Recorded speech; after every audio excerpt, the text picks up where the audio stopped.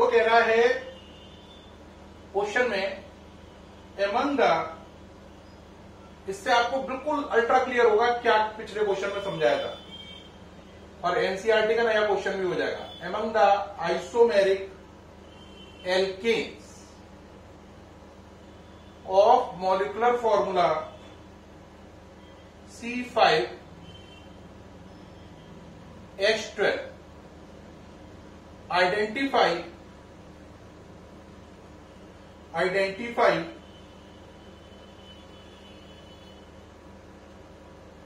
the one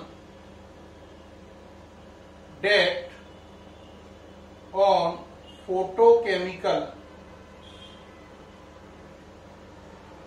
photochemical chlorination yield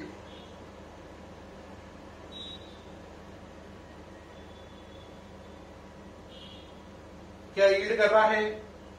पहला कह रहा है सिंगल मोनोक्लोराइड, सिंगल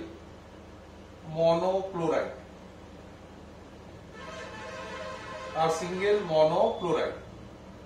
दूसरा कह रहा है 3 आइसोमेरिक मोनोक्लोराइड, 3 आइसोमेरिक मोनोक्लोराइड। सी में कह रहा है 4 आइसोमेरिक मोनोक्लोराइड।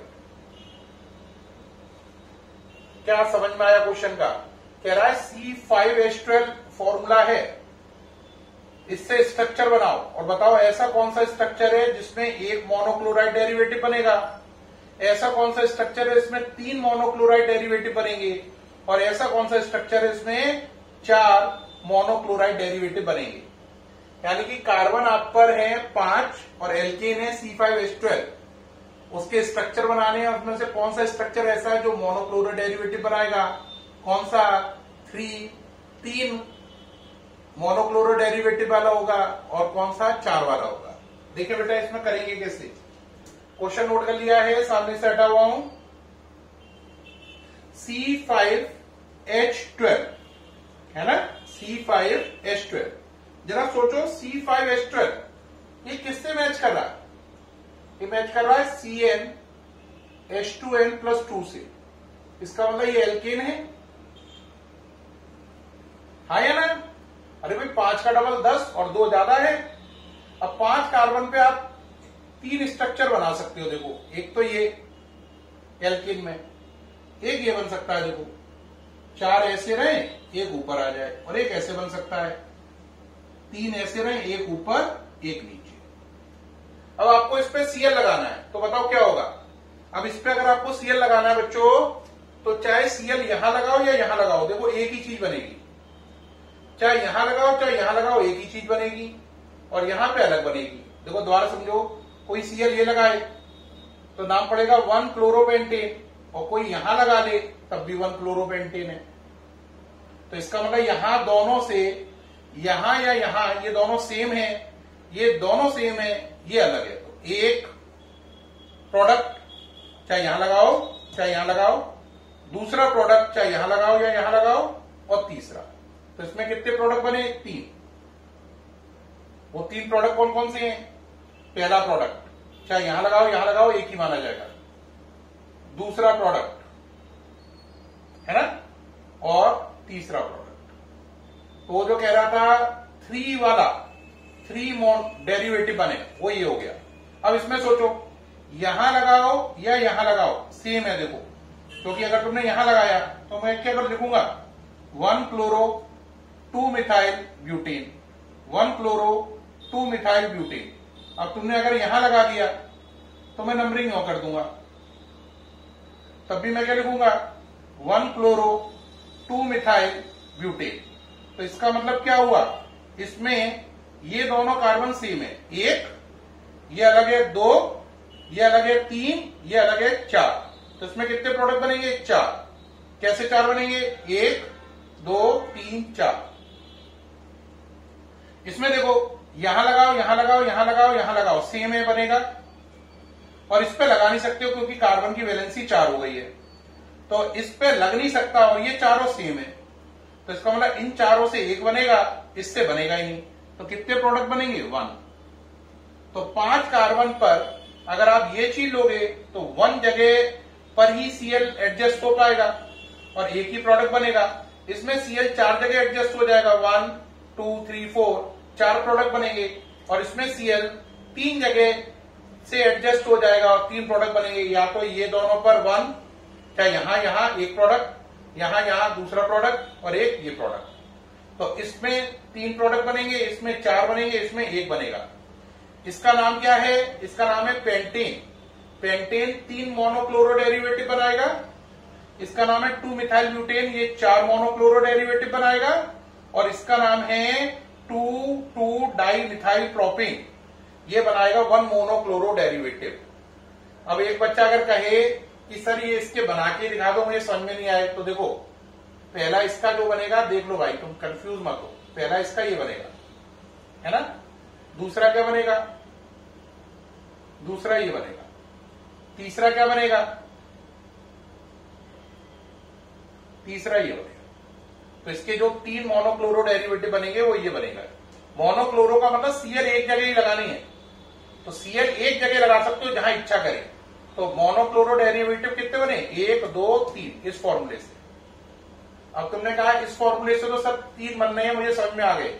इसके बताइए आपने 4 कौन से बनाए? देखो इसके जो मैंने 4 बनाए, देखो पहला ये एक Cl, दूसरा ये, ठीक, तीसरा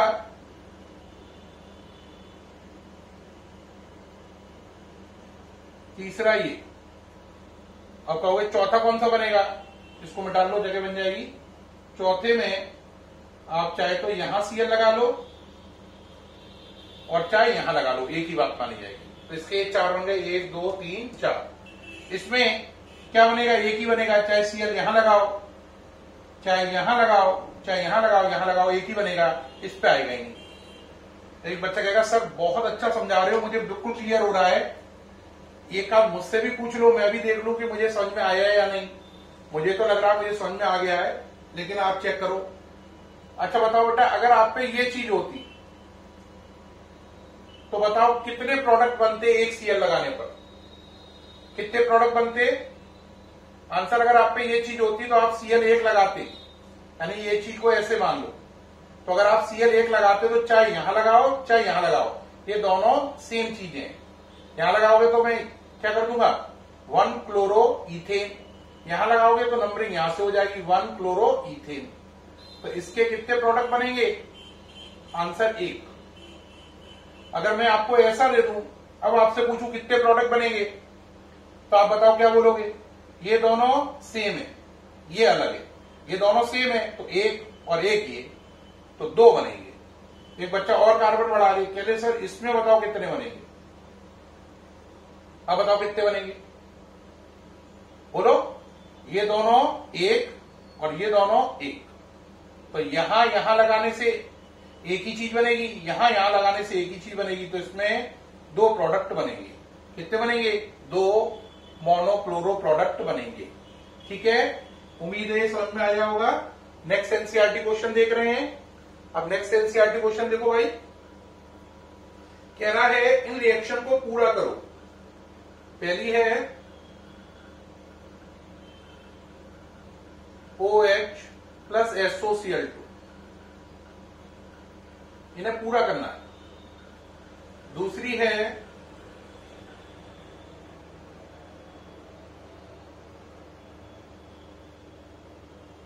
CH2OH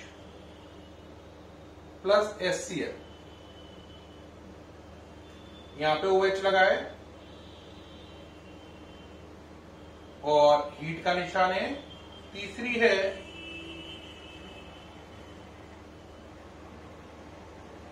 CH3 प्लस HI, चौथी है CH3 CH2 Br plus NaI, और पांचवी है आपकी, ऐसा लिखा हुआ है प्लस लिखा है Br2 UV लाइट। रेस्पॉन्स करने, देखो बेटा ये देखो आपको बहुत सिंपल है, मालूम है SOCl2 क्या करता है, OH हटाकर Cl लाता है, तो बस OH हट जाएगा और क्या आ जाएगा, Cl। OH हटके क्या आ गया, Cl, और बाकी प्रोडक्ट क्या बनेंगे, SO2 और HCl।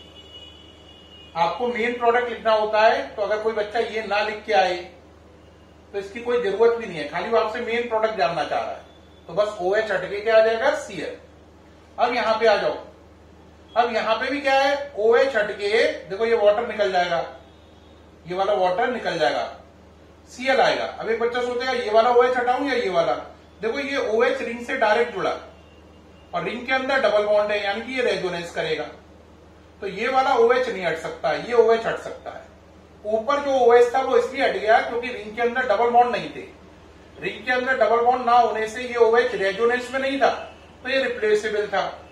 यहाँ पे दो OH है, एक ये वाला एक ये वाला, ये OH रिंग से जुड़ा, रिंग के अंदर डबल बॉन्ड है तो रेजोनेंस हो रही है, तो ये OH रेजोनेंस में इन्वॉल्व है, तो ये नहीं हटेगा, है ना, ये वाला हटेगा।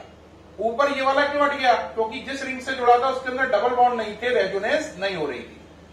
तो अब क्या होगा, यहाँ पे प्रोडक्ट क्या बनेगा, यहाँ पे प्रोडक्ट बनेगा CH2Cl, ये वाला OH मेंटेन रहेगा ड्यू टू रेजोनेंस। क्या मेरी बात समझे, ये OH क्यों नहीं हटा, क्योंकि रेजोनेंस में इन्वॉल्व है। ये क्यों हट गया, क्योंकि रेजोनेंस में इन्वॉल्व नहीं है। ऊपर वाला OH क्यों हट गया था, क्योंकि वो रिंग से जुड़ा था लेकिन रिंग के अंदर रेजोनेंस नहीं हो रही थी, क्योंकि डबल बॉन्ड थे ही नहीं। ये दोनों समझ में आ गए। अब कहोगे सर इसमें क्या होगा, बेटा याद करो ये था Finkel-Stein halide exchange method, Br हटके I आ जाएगा, CH3CH2I प्लस NaBr, ये सही। अब कहोगे सर HI, इसमें क्या है, देखो जरा मार्कोनिकॉफ रूल लगा लो। अगर आप थोड़ा सा डिटेल समझना चाहें तो ऊपर के दोनों मिटा रहा हूं, जिससे मार्कोनिकॉफ रूल समझ पाए। ये देखिए भाई, अगर आप इसे ध्यान से बनाएं तो ये चीज क्या लिखी है, C, इसको ध्यान से ड्रॉ कर लो, तो ये लिखा है CH double bond C CH3, ये ऐसा बना हुआ है, यही तो है ये चीज। अब आपने इस पर HI जोड़ा, कौन सा रूल लगा, मार्कोनिकॉफ रूल, तो H उसे मिलेगा जिस पर H ज्यादा है, I उसे मिलेगा जिस पर H कम है, प्लस पार्ट उसे मिलता है जिस पर हाइड्रोजन ज्यादा होते हैं, और माइनस उसे मिलता है जिस पर हाइड्रोजन कम होते हैं। तो इसका मतलब ये वाले बॉन्ड में अगर आप सही से ऐसे ही लिखना चाह रहे हो तो ऐसे ही लिख लो, यानी ये डबल बॉन्ड खत्म हो जाएगा, ये वाला डबल बॉन्ड खत्म हो गया, इसे क्या मिला H, इसे क्या मिला I, ये प्रोडक्ट बन जाएगा। अगर कोई इसको कहे सर वैसे लिख दीजिए अच्छे से, तो मैं कहूंगा देखो भाई H खत्म हो गया, ये देखो ऐसे कर लो, देखो H इसे मिल गया, ये CH2 हो गया, और इसे क्या मिलना है I, तो ये ऐसे लिखो, ये और ये सेम चीज है, चाहे ऐसे लिखो चाहे ऐसे लिखो। कौन सा रूल लग गया, मार्कोनिकॉफ रूल, प्लस पार्ट उससे दिया जिस पर हाइड्रोजन ज्यादा है, माइनस पार्ट उससे दिया जिस पर हाइड्रोजन कम है, तो ये बॉन्ड टूट गया, इसे H मिल गया, इसे I मिल गया, ठीक। तो ये वाला भी समझ में आ गया, ये भी समझ में आ गया, तो ये सारे हो गए आपके यहाँ पर। आप कहोगे सर एक तो रह गया, हाँ भाई बिल्कुल रह गया, उसको भी देख लो, बना कर रहे हैं हम।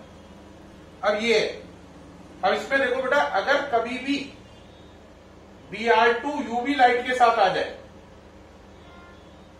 तो आप ध्यान रखना एलाइलिक सब्स्टिट्यूशन होता है। क्या होता है, एलाइलिक सब्स्टिट्यूशन।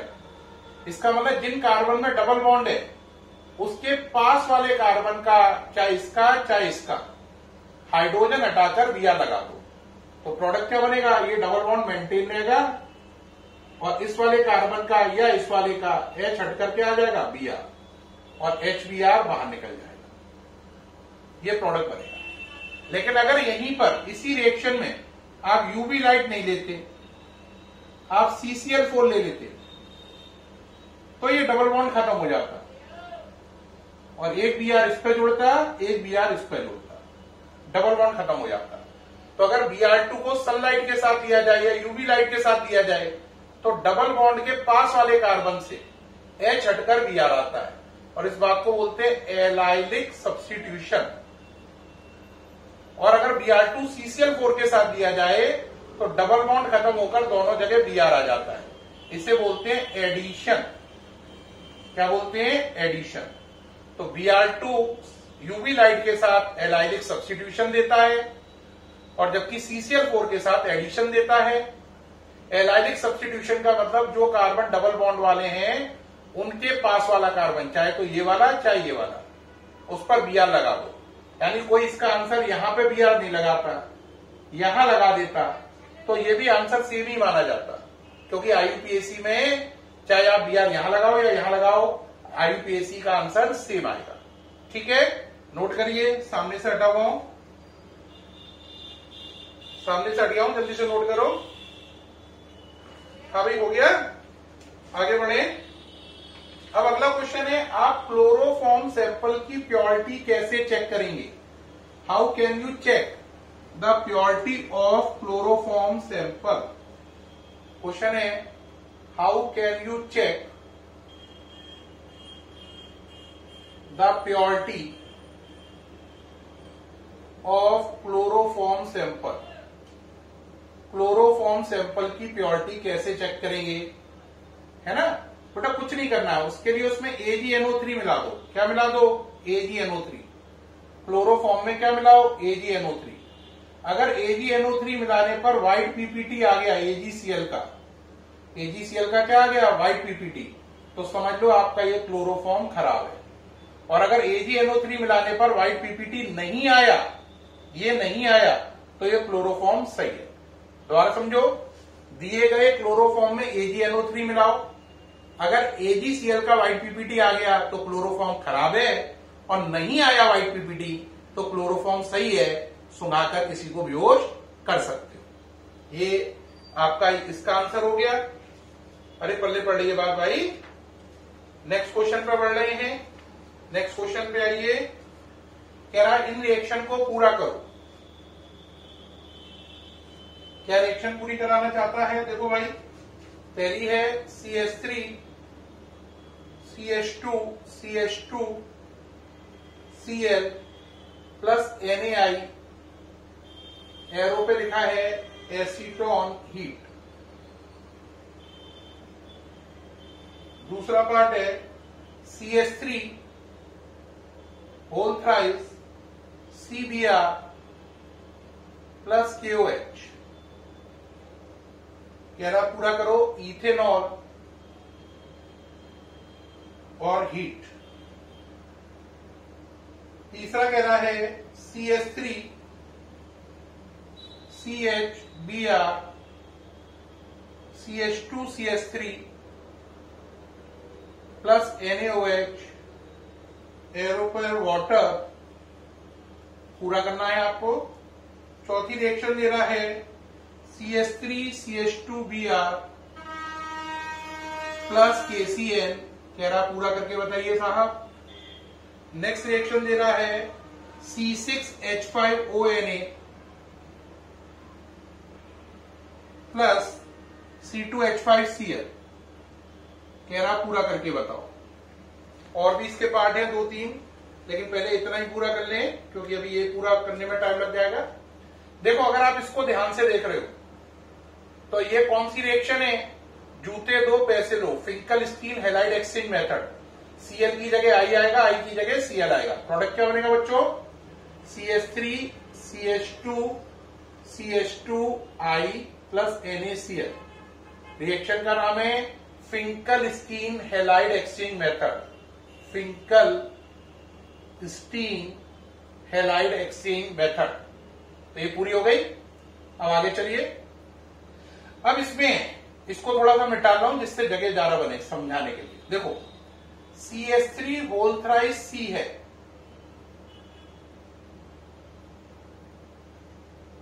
प्लस क्या लिया? KOH। ऊपर क्या लगा है? इथेनॉल, यानी कि एल्कोहलिक हो गया। इथेनॉल का मतलब एल्कोहल, तो यानी ये चीज ये है, और KOH इथेनॉल ये हो गया। अब इसे मिटा लो।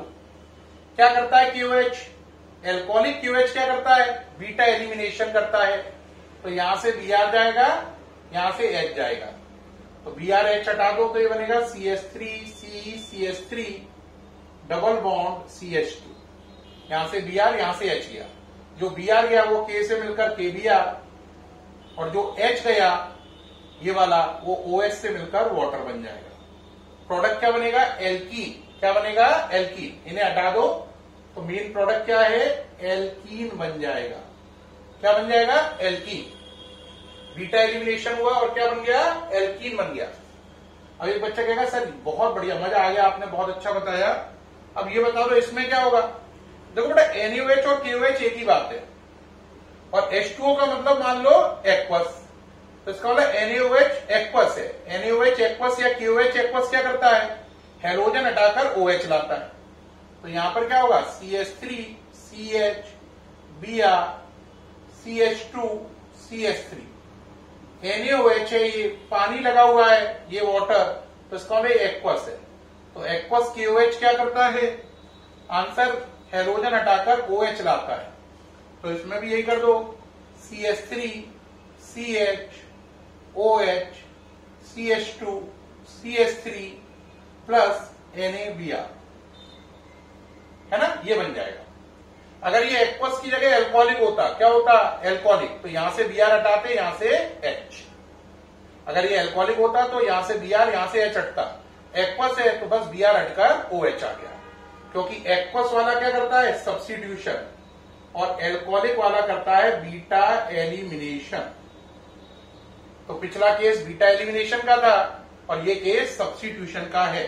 ये हो गया, बेहद सरल था ये। तो आगे चलो, ये लगाया, इसमें आप ध्यान दो क्या होगा? Br हटकर Cn आ जाएगा, KCl लगाते हैं तो Br हटा दो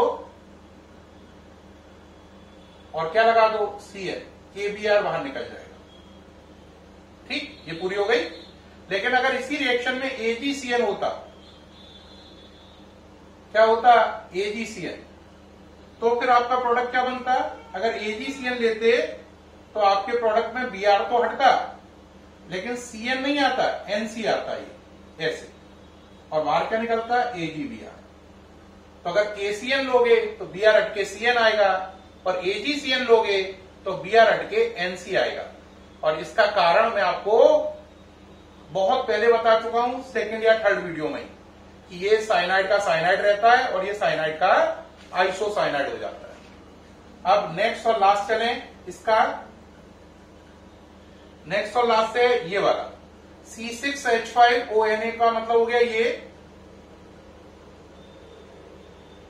प्लस क्या लिखा है? C2H5Cl। ये आपको याद दिला रही है विलियमसन सिंथेसिस की, ईथर बनाने की दुनिया की best reaction, Williamson synthesis.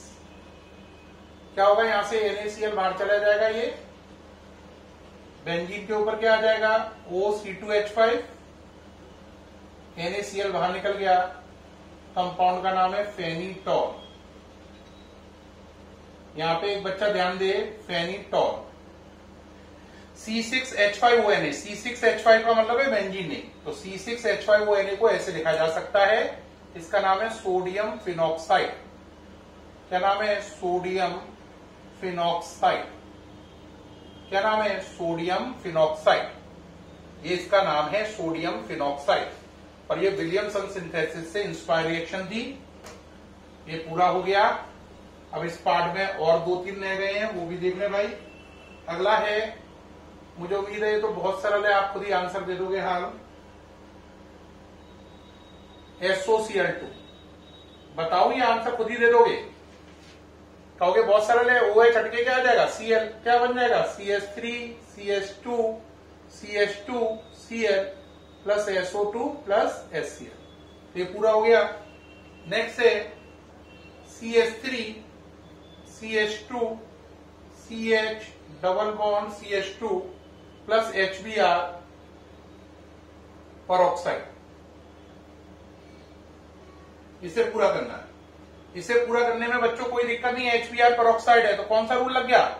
Anti Markovnikov rule. वो कहता था प्लस पार्ट और माइनस, प्लस उसे दो जिस पर हाइड्रोजन कम है और माइनस उसे दो जिस पर हाइड्रोजन ज्यादा है। एंटी मार्कोनिकॉफ रूल लग रहा है क्योंकि परऑक्साइड ले रखा है, तो CH2 इसे H मिलेगा और इसे मिलेगा Br। तो ये प्रोडक्ट बन जाएगा due to anti Markovnikov rule. Product का नाम है 1-ब्रोमोब्यूटेन। 1-ब्रोमोब्यूटेन ये प्रोडक्ट बन जाएगा 1-ब्रोमोब्यूटेन। उम्मीद है एंटी मार्कोनिकॉफ रूल लगाना समझ में आ रहा होगा। HBr और पेरोक्साइड होने पर एंटी मार्कोनिकॉफ रूल लग जाता है। अब इसमें एक और रह गया लास्ट, उसको और पूरा करेंगे। लास्ट है CH3CH double bond CH3 plus HBr। अब इस बार उन्होंने पेरोक्साइड नहीं लिया है, नो पेरोक्साइड। कौन सा रूल लगेगा? Markovnikov rule. ये प्लस ये माइनस। अब प्लस उसे मिलेगा जिस पर हाइड्रोजन ज्यादा है, माइनस उसे मिलेगा जिस पर हाइड्रोजन कम है। कौन सा रूल लग रहा है? Markovnikov rule. तो भाई करिए, इसको क्या मिलेगा? प्लस पार्ट यानी H, और इसे क्या मिलेगा? माइनस पार्ट यानी कि Br। तो इसे H मिल गया, इसे Br मिल गया, ये प्रोडक्ट बन गया, है ना। IUPAC करेंगे तो यहां से कर देंगे। क्या बना? 2-ब्रोमो 2-मिथाइल ब्यूटेन। 2-ब्रोमो 2-मिथाइल ब्यूटेन। 2-ब्रोमो 2-मिथाइल ब्यूटेन। 2-ब्रोमो 2-मिथाइल ब्यूटेन। प्यारे बच्चों, ये वीडियो एनसीईआरटी के सारे इंपॉर्टेंट क्वेश्चन पे आधारित था। मैंने स्पीड को बढ़ाने के लिए लगातार एनसीईआरटी क्वेश्चन को देखता गया और जल्दी जल्दी से लिखता गया हूं। टाइम बचाया है क्योंकि बहुत सारे एनसीईआरटी क्वेश्चन मैंने इस वीडियो में किए हैं। अगर इन एनसीईआरटी क्वेश्चन को आप करेंगे तो बहुत टाइम लगेगा, लेकिन मैंने काफी रैपिडली किया है जिससे कम टाइम लगे, है ना। कोई अगर आपको डाउट आया हो तो आप पर्सनली भी व्हाट्सएप नंबर पर पूछ सकते हैं, या इस वीडियो को 2-3 बार देखिए, अल्ट्रा क्लियर होगा। क्योंकि क्लैरिटी में कमी नहीं है, कंटेंट बहुत किया है मैंने इसमें कवर, लेकिन क्लैरिटी बहुत अच्छी रखी है। मुझे उम्मीद है आपको बहुत अच्छा समझ में आएगा। नेक्स्ट वीडियो के लिए तैयार रहिएगा, उसमें मैं कन्वर्जन सिखाऊंगा, यानी एक प्रोडक्ट से दूसरा प्रोडक्ट बनाना। आउटस्टैंडिंग वीडियो होंगे अगले 2-3, और उन्हीं के साथ हेलो एल्केन हेलो एरीन खत्म हो जाएगा, फिर नया चैप्टर शुरू होगा आपका। तब तक के लिए बाय।